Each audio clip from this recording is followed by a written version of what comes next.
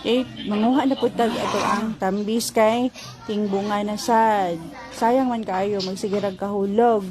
Nya na siya yung mga kuan, mga ulod. Uy, sayang man. So ato na lang pangwaon.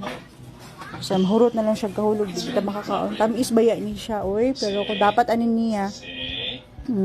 Dapat anin niya ni jud siya isprayan o kanang na maapagoy pagpamulak, isprayan siya daan. Kay para nga wala siya yung mga ulod. Pero kana makaingon jud ka nga organic kay walang halong chemical. Ay sus. Ay walang halong chemical. So lamig gid na siya kaonon kaso lang pilion lang nimo ang mga parts niya.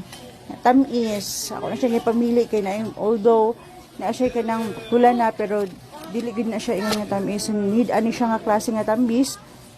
Mo siyang padakuon pa niya. Pula-pula jud kaayo kana mga langanin to may na pero ako na lang gipanguha kay mga maghapon na makuan good ito maabta naman nagkalata sa taas kuha na lang nako isa pa pwede ra man na siya kaunon sukaan asinan extra kaayo na no so nakadaghan jud gibali na jud nako siya oh dara